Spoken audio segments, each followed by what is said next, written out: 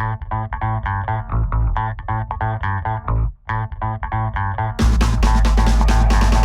this is John Colo with OKRaw.com, today with another exciting episode for you. And first off, I want to wish you guys a happy 2016. Happy New Year to all you guys out there watching, and girls. 2016 marks the start of my 21st year being on a raw and living foods diet, 99%. So, this video is kind of like a fun one for me to make in a way, but also it's a sad one. And the topic of this video today is the top 6 reasons that I believe people are abandoning and jumping ship off the raw foods ship. I mean, each and every day it seems like every month there's another famous YouTuber or somebody who's been doing raw foods for a long time and they're like, I'm not eating raw anymore, I'm eating cooked and all this stuff. And like, what's the deal, man? If this diet's so good, why are people jumping ship? Well, in this video, I'm going to go ahead and explain my opinions on the topic, and I guess, without further ado, let's just get right into it. So, the number one reason why I believe people are jumping ship is because of 2 things, mainly. Number one, the educational system in America and around the world, and also / the news media and advertising. So, why is this a reason, John? Are you crazy? Are you not getting enough omega-3s and your brain's not functioning right on raw foods? Well, here's the thing. We're all taught from a young age that there's either 2 courses of action. There's right, there's wrong. There's good, there's bad, right? The forces of good or the forces of evil. And either you're all raw or you're all cooked, right? And this is we're taught to think convergently. So like, we want the answer, we want the purple pill. We just want to know the best fruit or the best vegetable, and that's all we're going to ever eat, because why do anything else? Well, the answer is not always convergent. There's a really good movie I would recommend. It's a sci-fi movie called Divergent. And that's how I want you guys to think also, divergently. So it's not about good, bad, right, wrong, you're vegan or you're not vegan, you're raw, you're cooked, or, whatever it is, you're a Democrat or Republican. There's always going to be shades of gray, right? Always shades of gray. Nothing's ever black or white, good or bad, right or wrong. And this is, I think, one of the main problems with the raw foods movement today, and just not even with the raw foods movement, but just people in general. They think too convergently. I'm a meat eater. I'm a meat eater. I eat paleo, and we try to put ourselves in boxes, and we need to expand that, and not use just a few words or a single word to define ourselves. I'm much more than just a man. I'm much more than a person that eats plants. I'm much more than a person that eats raw foods. So why tie yourself to just one label or to be convergent in your thinking? I want you guys to expand your thought and be divergent, right? So along with that divergent and convergent way of thinking, people think you're either raw or you're cooked. Because what does that mean? If you're raw, does that mean you're 100% raw? And if you're cooked, you eat 99% or less? Well, hey, by that definition, I'd be cooked. But luckily, I've been doing this for so long, and I've had some advanced foresight, much like the forefathers that wrote the Constitution, that's hopefully still kind of serving us today with things like freedom of speech and whatnot. But in 1997, right when I was about 2 years into my raw foods diet, I made a website, living-foods.com. It's also available at rawfoods.com. And I made a raw foods FAQ, that's frequently asked questions. And in the FAQ, I put, what is a raw foodist or a living foodist? And I defined this back in 1997, before there's, the major explosion of the internet nowadays. And I put in there, literally, that the definition for me, and according to the FAQ on my website, rawfoods.com, of a raw foodist is somebody that eats 75% or more of raw foods or fruits and vegetables.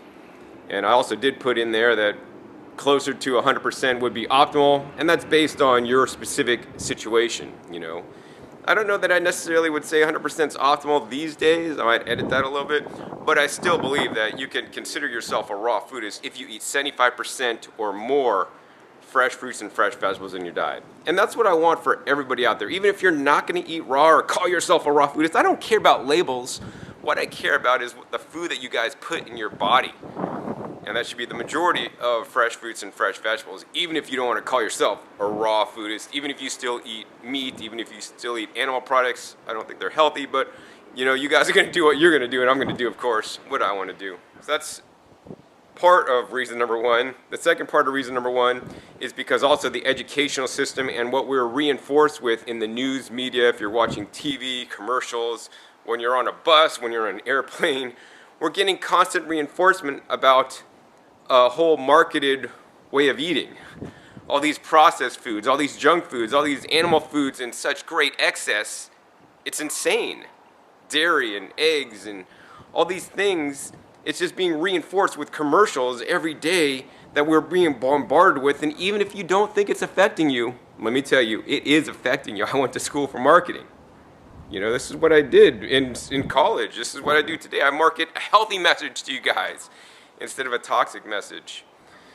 But it affects you, and this gets kind of ingrained within you deep down and makes you kind of feel potentially, in some cases, insecure about eating the right way and how every other animal on earth eats. Like, you know, it's natural foods diet.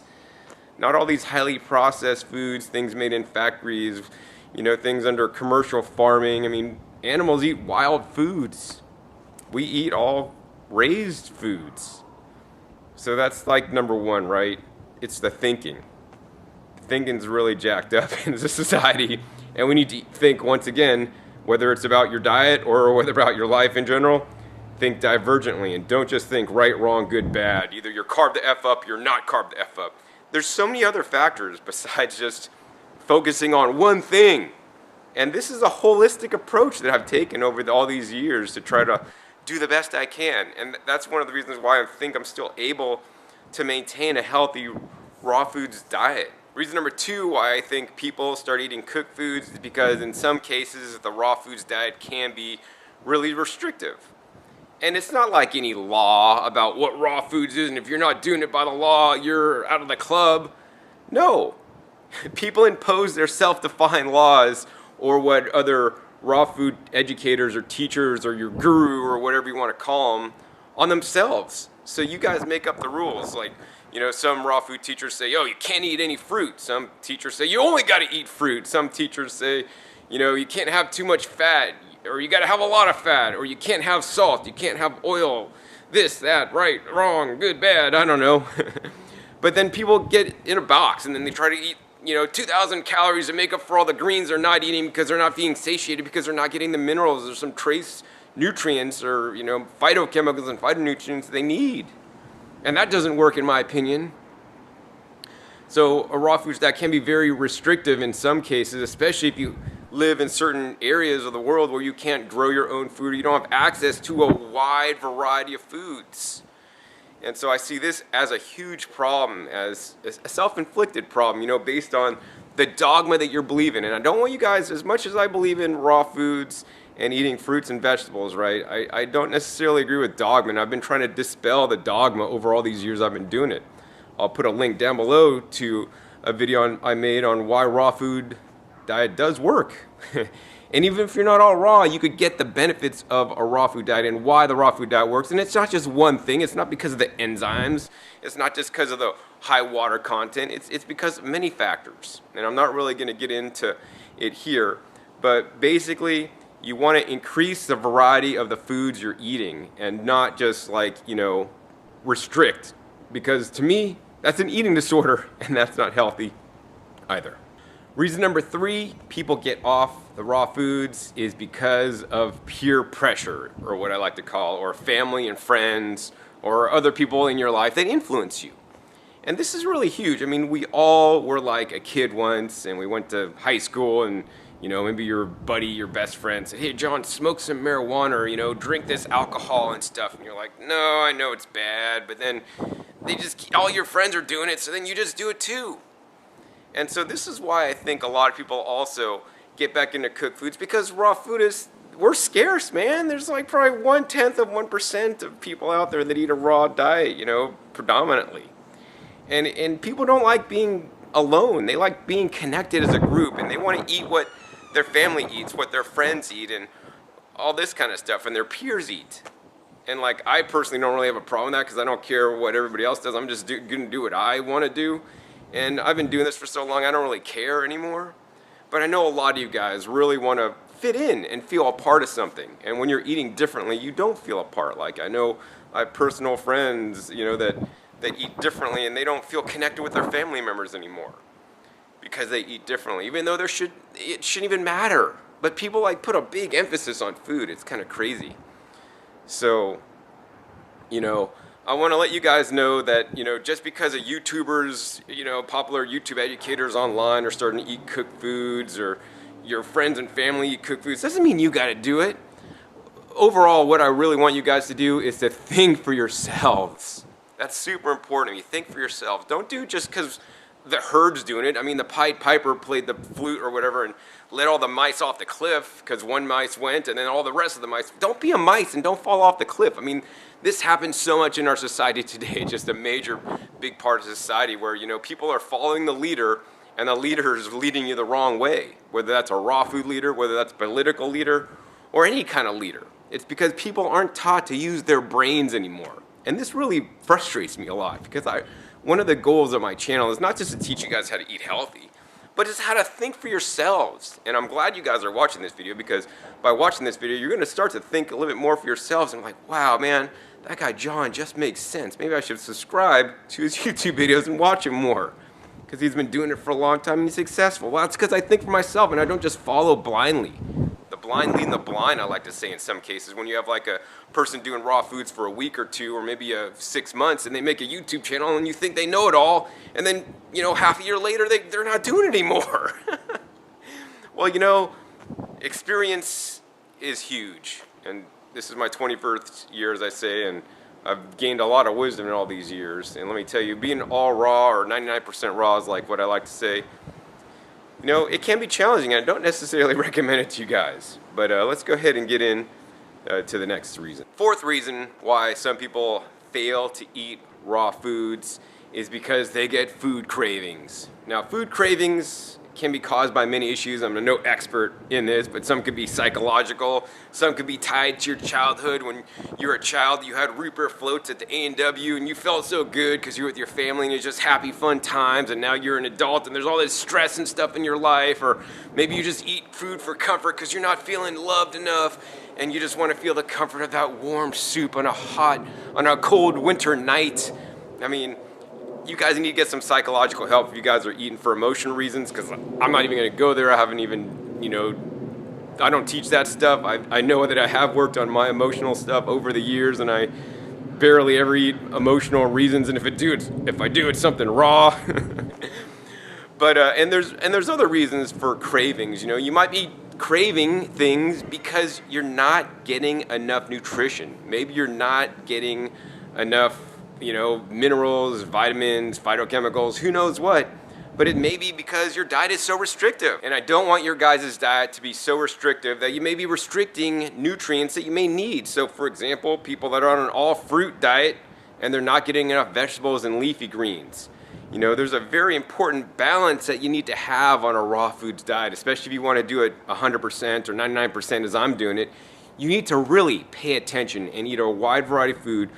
Grow high quality food at home yourself, you know, and I'm not going to say it's easy, you know, but it is possible if you figure things out. But the problem is most people just listen to other people and other people say do this and that's what you do, but everybody's a little bit uniquely different, and each one of you guys need to find out what is exactly right for you. So yeah, cravings can be a big problem, but even more so, we need to figure out why you're getting the cravings. Maybe you need to get a blood test and find out what nutrients you're deficient in. I'll put a link down below to a video I did with Dr. Rick Dina on why raw vegans, I feel, should get a blood test. So you could dial in your diet if it's important to you to stay on a plant-based raw diet. Reason number 5 why people stop eating a raw foods diet is because they're no longer getting the results. I don't blame them. If I wasn't getting the results that I wanted to get on a raw foods diet, I might try something else. But now, is this the problem of the diet? Is the diet failing you, or the specific, you know, your specific items that you're eating? You know, if you're on an all-fruit, high-calorie, 3,000, 4,000 calories a day because some internet YouTube person says that, and you're carving the F up, but you're gaining weight, is it the problem of the raw food diet, or is it the problem of the guru that you're listening to, that you're following, and you're just probably eating way too many calories, and you're eating way too many carbs, and not enough, you know, nutrient-dense foods, leafy greens, and vegetables, right? In the beginning, when you get on a raw foods diet, it's better than what you were doing. And because your body appreciates that, you will get some benefits right initially. But over the long term, if you're not doing it properly, you're probably not going to get the results. And you may have health challenges. Health challenges will come up because you're running into nutritional deficiencies because you're not doing it properly. And so this could happen with any diet, whether you're on a plant-based raw food diet, whether you're on a vegan diet, whether you're on a vegetarian diet. Just because you're a vegan doesn't mean you're going to be healthy. You could eat, you know, Coca-Cola and eat like, you know, junk foods and be a vegan. You could, you know, be a raw foodist and eat all high gourmet foods, or you could eat, you know, too much fruit and not enough vegetables, or you could eat too much fat or not enough fat, or not get enough sodium, or eat too much sodium. So it's really a fine balance, and that's why, you know, something like getting a blood test could really be helpful to figure out what's going on, you know, so that you won't have cravings, that you will continue to get results. Even after 21 years, you know, I'm still getting results. You know, I'm maintaining my weight, I'm maintaining my physical agility, my ability. So it can work, but you got to dial it in. You can't just like jump ship and give up when things aren't working. You have to figure out what's going on and tune it in. And I think it's sad when people just bail because they're not checking in to find out how they can improve what they're doing, and they just give it all up because it's right, wrong, good, bad. Oh, that didn't work for me. I'm trying something else. Well, the raw food diet works if you do it properly and if you modify and adjust as you go, because once again, everybody's different. The sixth and final reason that I'm going to give with you guys today why people bail on a raw foods diet and start eating cooked foods is because of the cost. I know this is actually a legitimate reason, I will say. I'm not going to say it is cheap to eat a raw foods diet. You could definitely eat a vegan diet, a cooked vegan diet, for way cheaper because of things like rice and beans. They're pennies per pound. I mean, they're way cheaper than fresh fruits and fresh vegetables, unless maybe you're getting something like carrots and bananas, which are generally less expensive, but they're more higher in water content and they have less calories. But so that could be a legitimate factor. You know, I figured out videos down below where I could show how you could meet all your nutritional needs for about $14 a day.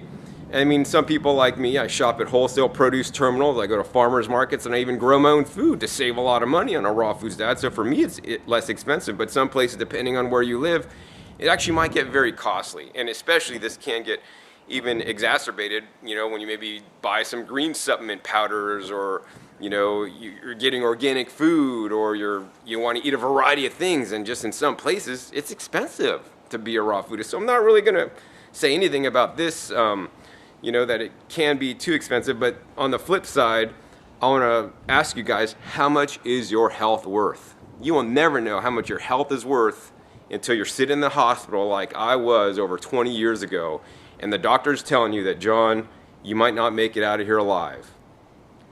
That's not a fun place to be.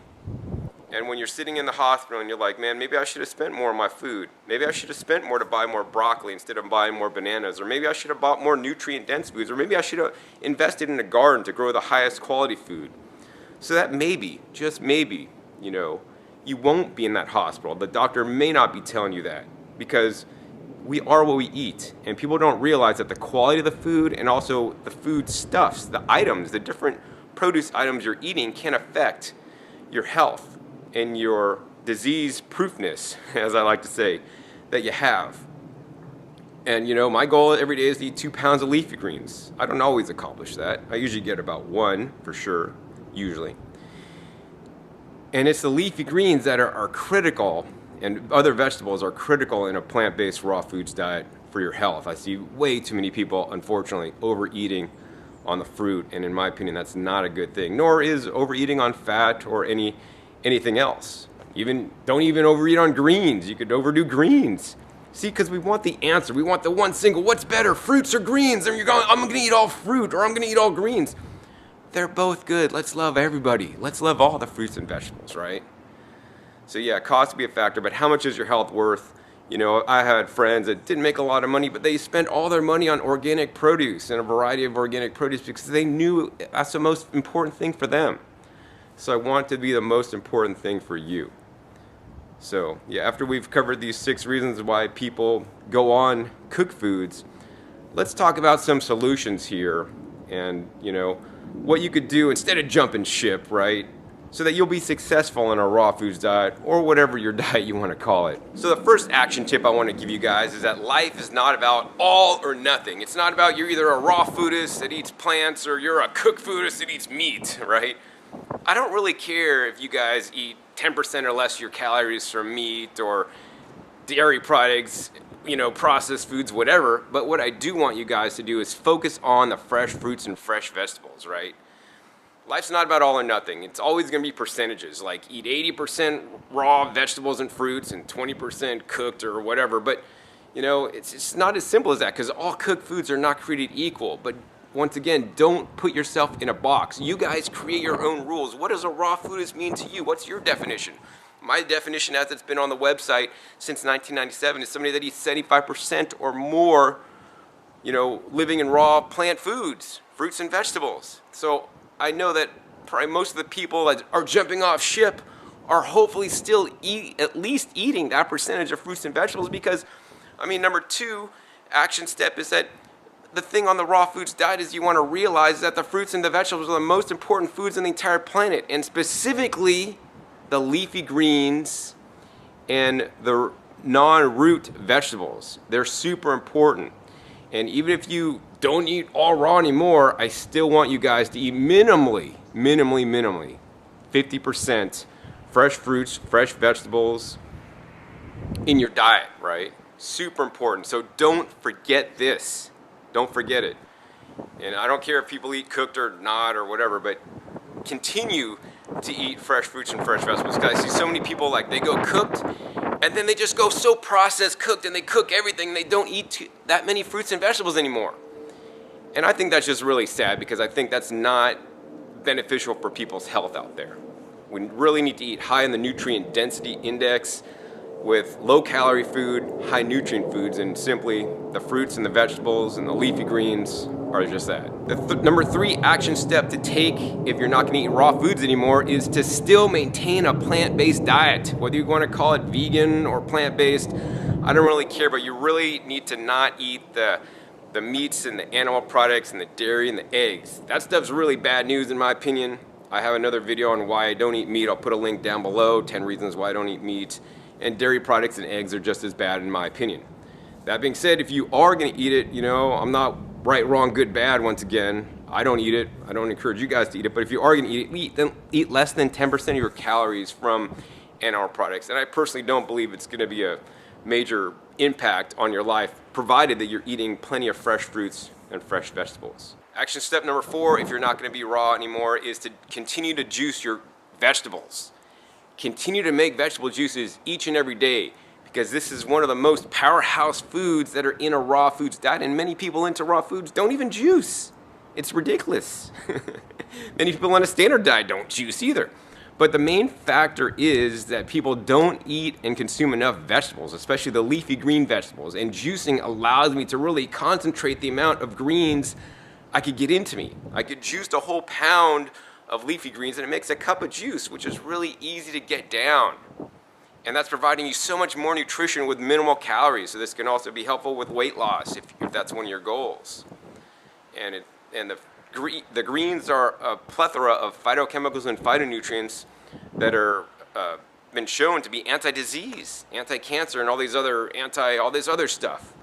But one of the reasons why I think people fail at raw foods is because they're not eating enough greens. So even if you're not going to eat raw foods, I don't care. Juice your fresh greens with a cold press juicer. If you need to get a cold press juicer, please visit my other YouTube channel, youtube.com/rawfoods, or visit my website, discountjuicers.com. I could help you guys select the right juice for you so that you could maintain a raw diet or a cooked diet. I don't care, but so that you could be the healthiest. Action tip number 5 is that I want you guys to realize that not all cooked foods are created equal. Just because it's cooked food doesn't mean it's already toxic or already bad. Of course, there are ways of cooking, frying in high heat and microwaving, in my opinion, that are definitely not so good. But there are better ways of cooking. If you are going to choose to cook some of your food, you're going to want to do something like slow cooking, like steaming, like boiling, or like pressure cooking.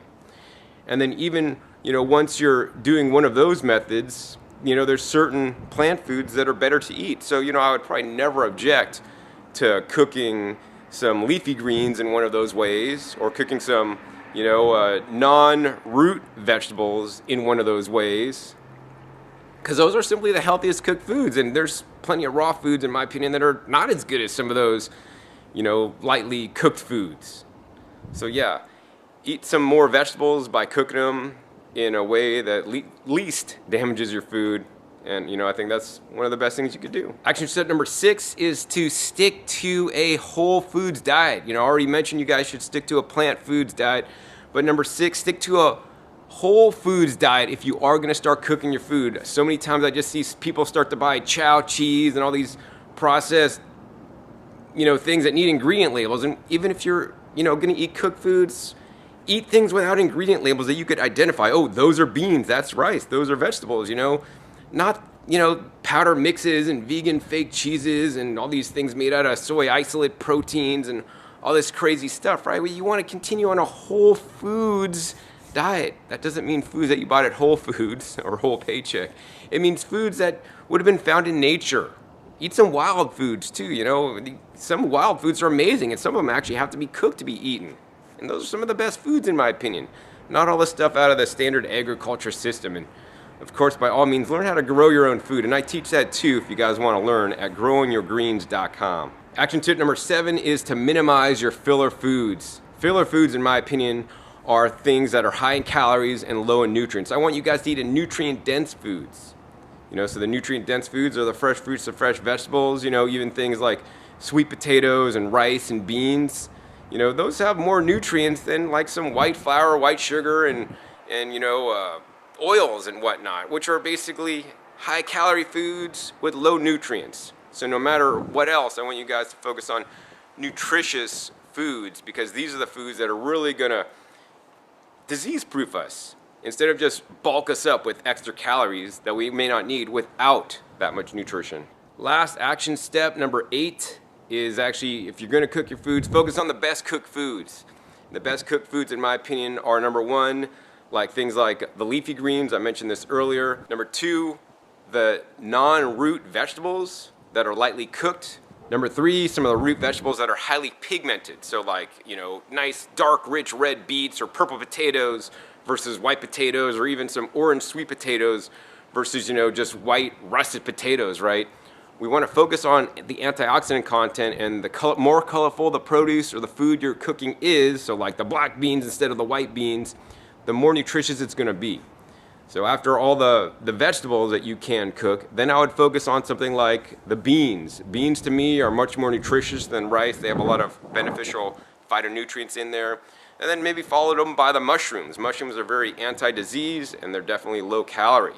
So these are some of the foods that I would focus on if I was cooked to get my calories, if they weren't coming from a raw foods diet. Hope this sums it up for you guys. Now you guys know why some people jump ship, the 6 reasons why people jump ship, and 8 reasons on action plan if you do want to eat some cooked foods, so that you could do it more healthfully.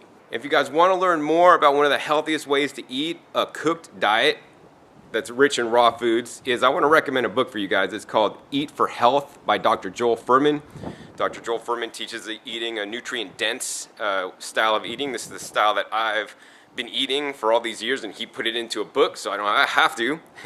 And I would encourage you guys to read that book, because it's just not about eating a bunch of starch or a bunch of calories or a bunch of this. We really want to be able to get some of those in there, but also we want to get enough phytonutrients and phytochemicals, vitamins and minerals, so that we could remain healthy and we could have proper brain function, right? And that's why I do this diet. I want to be as healthy as I can, and that's why I have this YouTube channel, so I could share with you guys all the tips and tricks and techniques that I've learned over now the last 21 years that I've been doing this raw plant-based diet. If you guys enjoyed this episode, I want to encourage you guys to give me a thumbs up. Also be sure to share this with other people if you think it'll help them out. And also be sure to click that subscribe button right down below to be notified of my new and upcoming episodes. I have episodes coming out about every 5 to 7 days. And be sure to check my past episodes. I have over 400 episodes now on this channel teaching you guys all aspects of how to live a healthy, plant-based, raw, fruit and vegetable-based diet. So once again, my name is John Kohler with OKRaw.com. We'll see you next time, and until then, remember, keep eating your fresh fruits and vegetables. They're always the best. All right, this is John Kohler with OKRaw.com. Today I have another exciting episode for you where I'm at my buddy's house, Mauricio. I've been actually doing some raw food coaching with him, been staying with him for the last week here, and actually maybe the next episode will be me with him.